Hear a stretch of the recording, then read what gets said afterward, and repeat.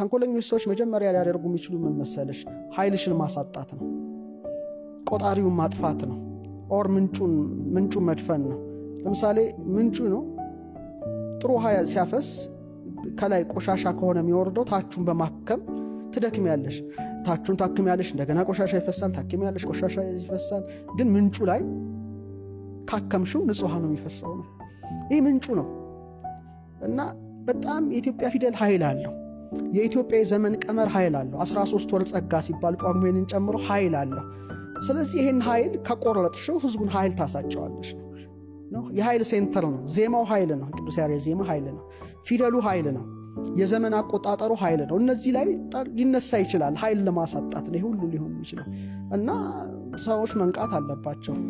የዘመን አቆጣጠራቸው ሚነካ ኃይል ከመጣ ኃይላቸውን እየቆረጠ ነው፣ እያዳከማቸው ነው። ፊደላቸውንም በተመሳሳይ መልኩ ዜማውንም ኃይል ሴንተሮች ናቸውና ዝም ብሎ ምድራዊ ነገሮች አይደሉም። እነዚህ ከመለኮታዊ ምስጢር ጋር የተሳሰሩ የተዋሃዱ የተሰናሰሉ ነው። እዚህ ውስጥ ስትገቢ ብቻ ነው ልታውቂ የምትችይው። ስለዚህ ተማሪዎቹ ለ3 ወራት ይህን እያወቁ ቆይተዋል። ያንቺ ሚዲያ ተገኝቶ ነበር። አመሰግናለሁ።